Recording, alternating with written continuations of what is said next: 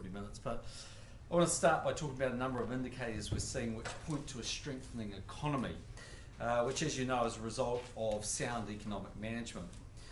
First of those is jobs. Those indicators point to a pickup in jobs and income, which is what we want to see, of course, out of a strengthening economy.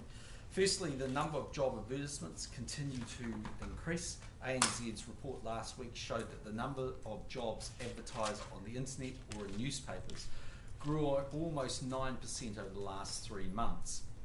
That's a good indication that the improvement we've seen lately in the labour market will continue, with growing employment and a falling unemployment rate. In the last year alone, another 66,000 jobs were created, and as Bill English pointed out in a speech he made last week, in relation to the budget forecasts, which are made independently by the Treasury, will show around about 170,000 more people in work by 2018, together with a falling unemployment rate. The latest benefit numbers are also showing an improving labour market, together with the effects of the government's welfare reforms, which are squarely aimed at getting people off benefits and into full-time work. There are now 15,000 fewer people dependent on benefits than a year ago.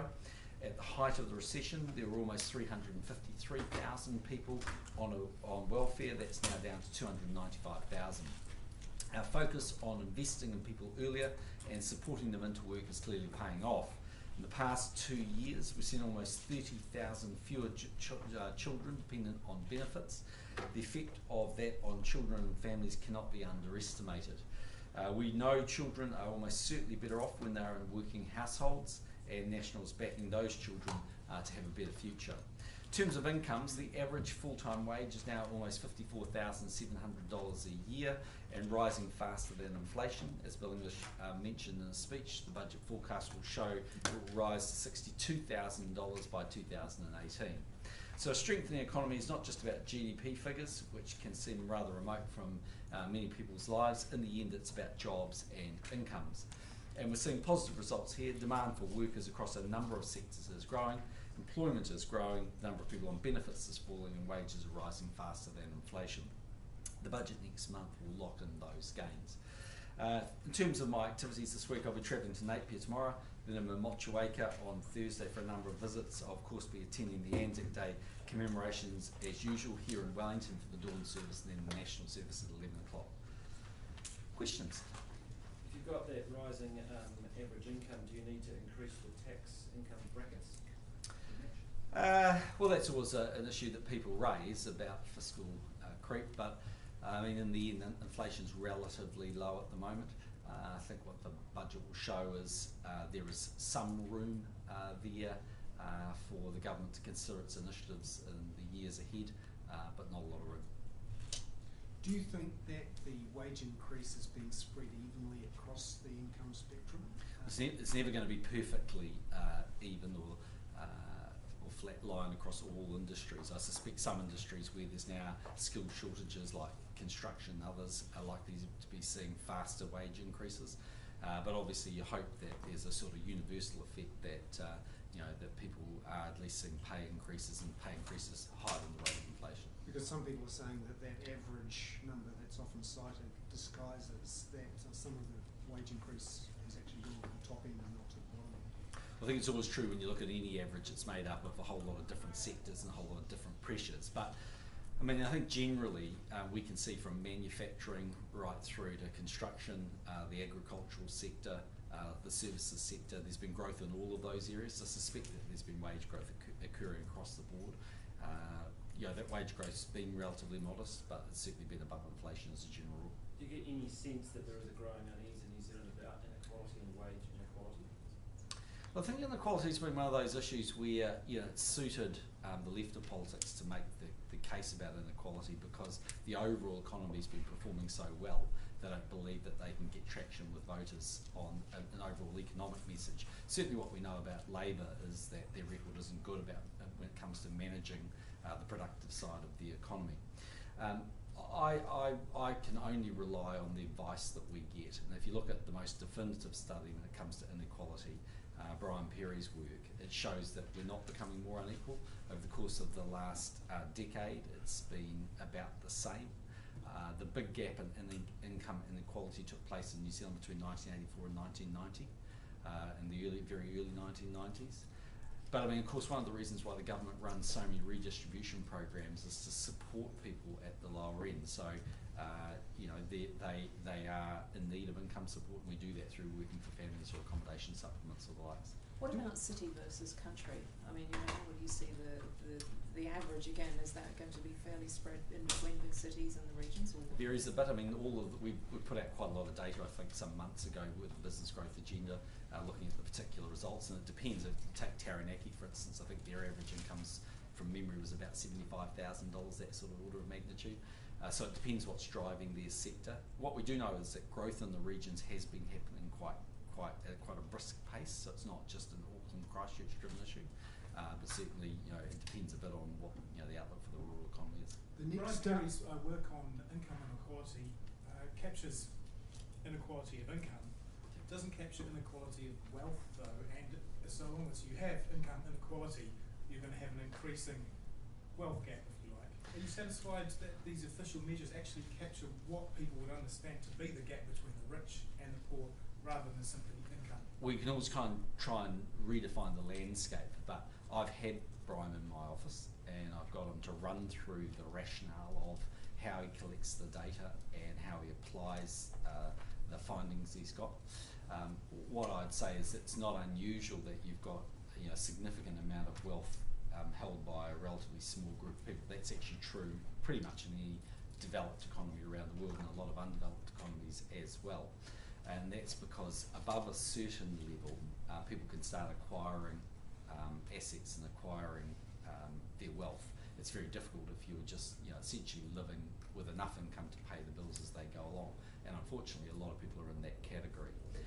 So I think, you know, there's always going to be a range here. But in the end, actually, what we care the most about isn't whether what's the gap from the richest New Zealander to the poorest, because that's going to have a very wide range if you look at Graham Hart at one end versus, you know, somebody at the other end. I think it's, can the bulk of New Zealanders, hopefully all New Zealanders, meet their daily needs and live in a decent level of income, with a decent level of income in a decent society.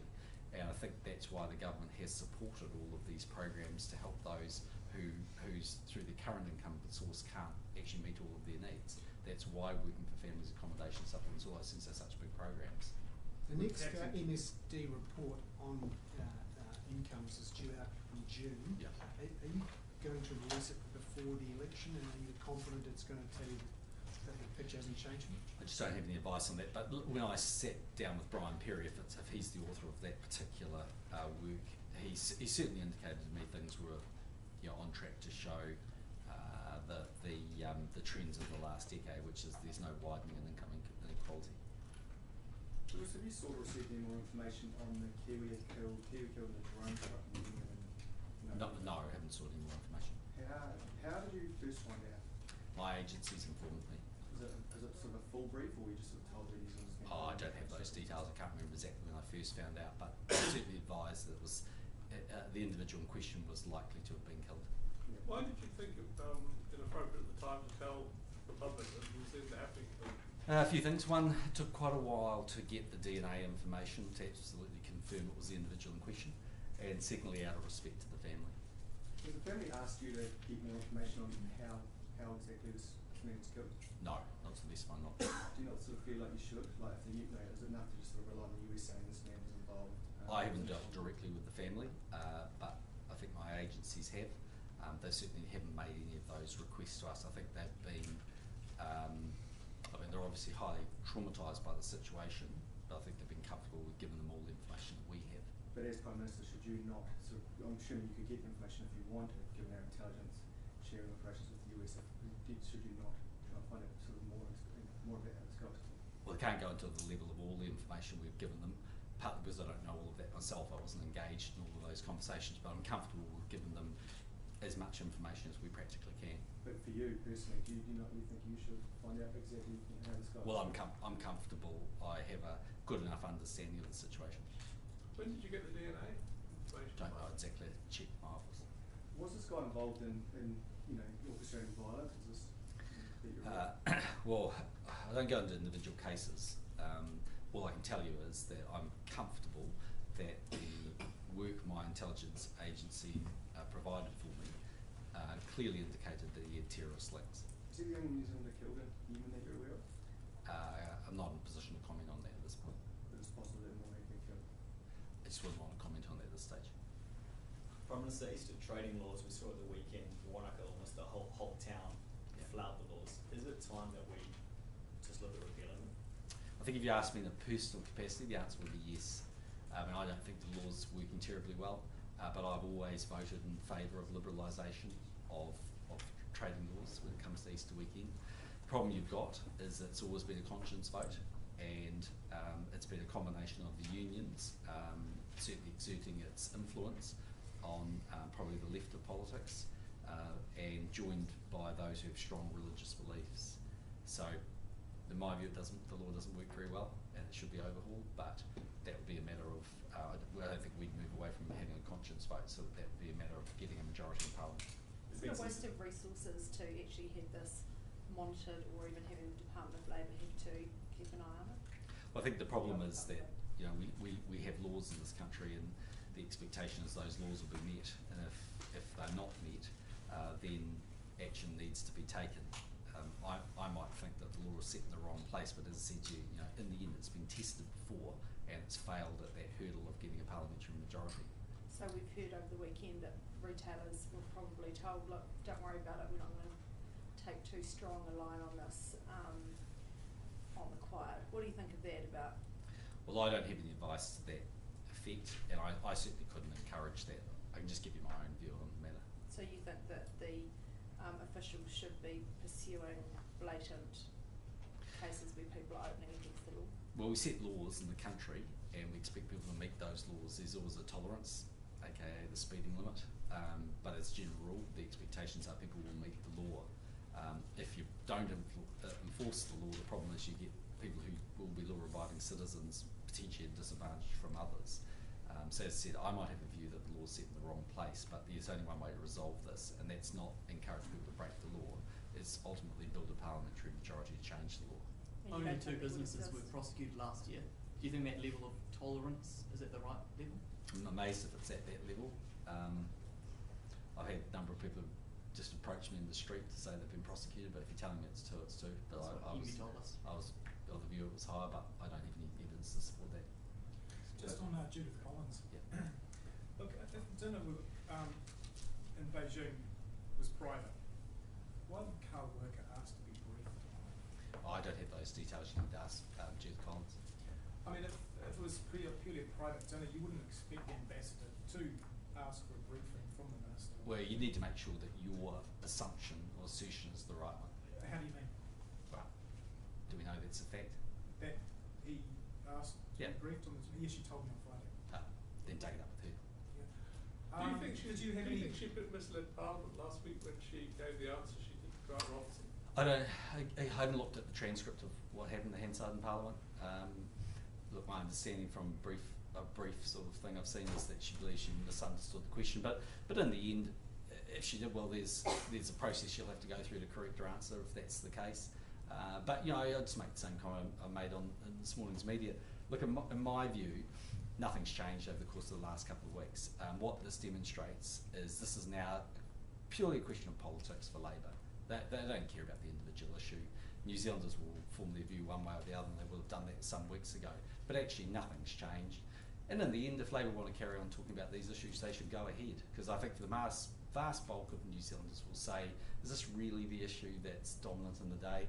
I mean, to the national government, it's about the economy, law and order, health and education, serious issues that affect our communities, not this issue. There was a perception of a conflict of interest that was raised.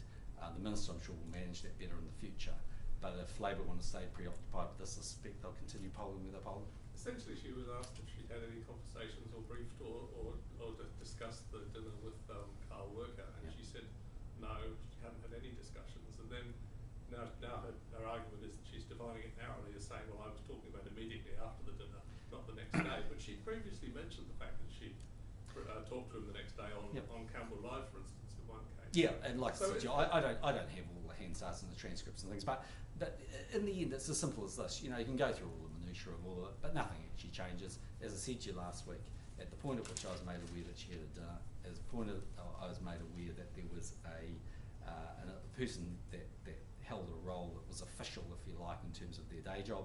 I sought the name, I had the name, the seniority and the agency. I took it up with the Cabinet Office. That was the basis under which they provided the advice. So there was nothing that was missing out, to the best of my knowledge, in terms of what information I gave the Cabinet Office and the advice that they gave me. There's another example. I mean, when you disciplined her, if you like, it was over not giving a broad enough answer to a question. Yep. In this case, she decided to narrow the question down to immediately following the dinner before she went to bed, whereas in fact the answer was yes if you broadened it out. Well, I don't have those details because I haven't looked through all of that, and I'm not going to waste my time looking through all of that. I looked at the story that was in the Herald, where she obviously rang Adam and corrected, misunderstanding or incorrect information if that was the case. But I'll just go back to the basic point. There's a reason that Labour's polling 28% and they're doing the same thing in their internal polls, and that is because they are continuing to talk about the issues that don't matter.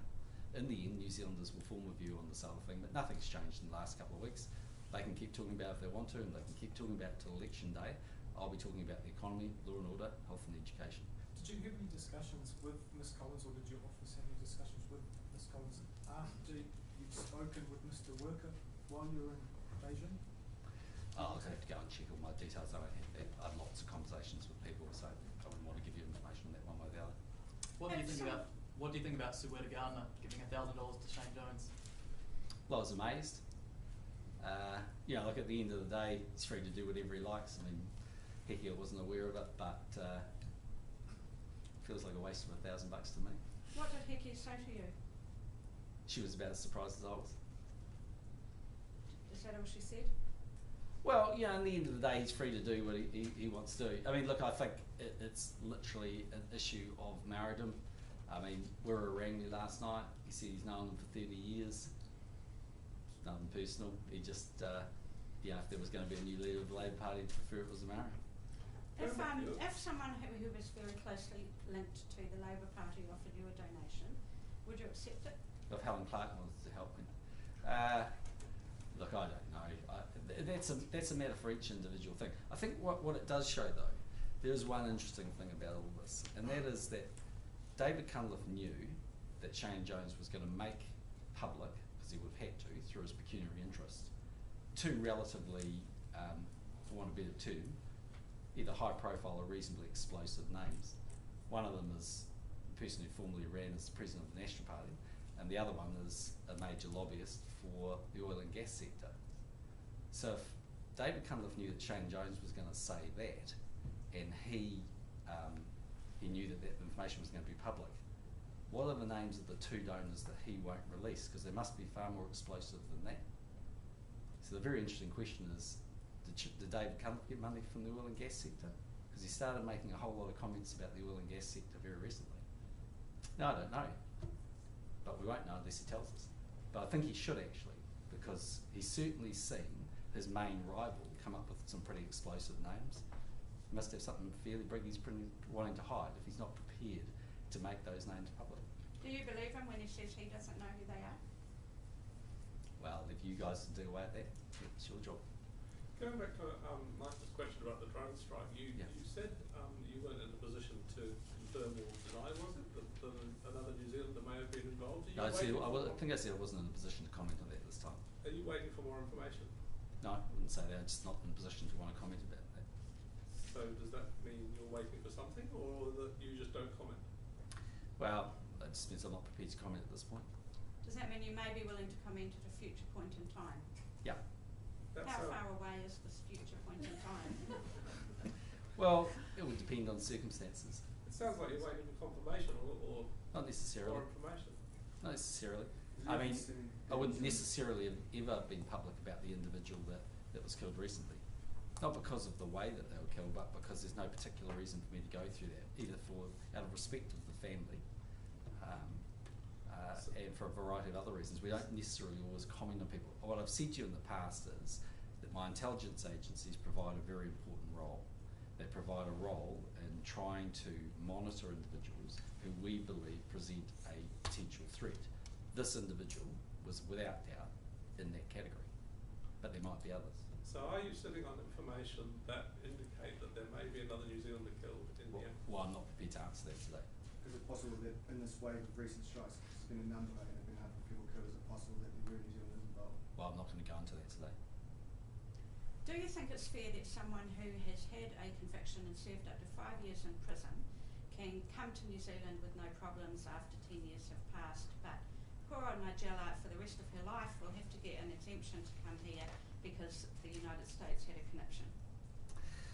Well, the rules are always different, but as we've seen in the case of Nigella Lawson, I mean, the officials who made the decision about whether she should be allowed to come or not made the decision that she should be allowed to come to New Zealand.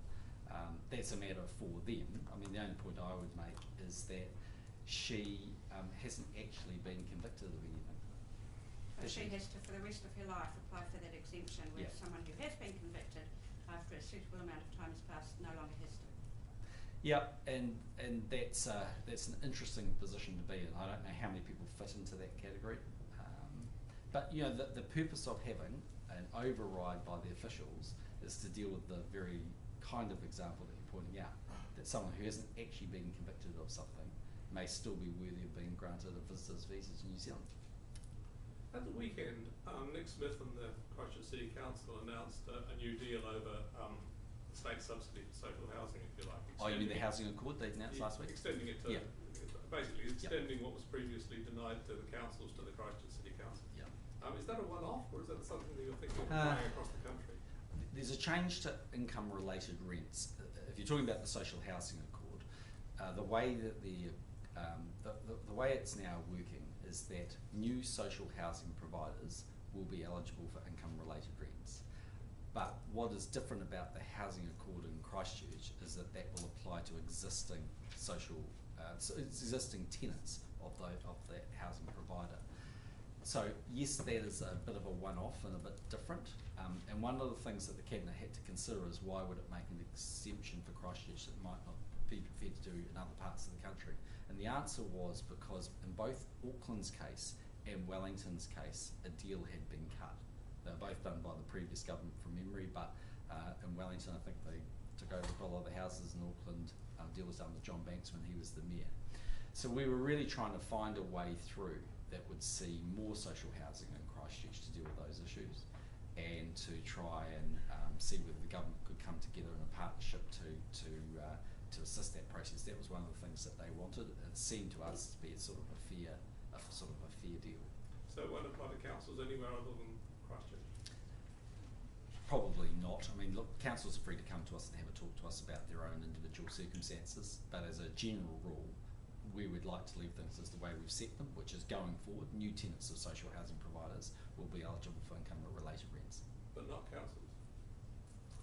That would be the... As I understand it. Well, I think that's the preference we would like to keep it. Just on the Judith Collins thing again, sorry. Did the Cabinet Office find that there was an accumulated perceived conflict of interest, or was it a risk No, of a conflict of interest? I'd have to pull out the exact advice, but the way I would paraphrase it was that the accumulation of events led to the perception of a conflict of interest. So there was a perception of a conflict. Perception, yeah. Because I'm pretty sure Judith Collins has been saying in the House that it was a risk of perceived conflict of interest. Well, I have to look at the exact wordings. You might be dancing on the head of a pin, but my understanding is, and that's certainly what I've been saying, is that it's a perception of a conflict of interest. It's not a conflict of interest necessarily, but it's a perception of one. Prime Minister, the drone strikes in Yemen have been carried out with the blessing of the Yemeni government, but there's indications that they became more reluctant to allow them, and they might want see less happen. Yep. Would you support that if that was the case, if the Yemeni government said? Well, I think it's a matter for the Yemenis government to determine what they think is appropriate. I mean, President Obama himself, I think if you look at his comments over the years, has sort of, while he was initially critical of drone strikes, has as time gone on, become a bit more comfortable, although he's himself, I think, said is that they're not a perfect solution to every issue. I mean, my main point there is that we're dealing often with some very dangerous situations. We're trying to deal with those situations in a way that is likely to provide the least risk to those that are tasked with breaking up terrorist groups. I'm not saying they're perfect, and at the end of the day, I have enormous sympathy for this families and their loss. But in the end, I just go back to what I said last week. In the end, if people put themselves in harm's way, there is a very real risk in an environment like Yemen that they'll become a casualty, and that's what happened here. You said you support drone strikes. If the Yemeni government were to say we don't want it here in our country, would you withdraw that support? Well, what I've said is that they may be appropriate.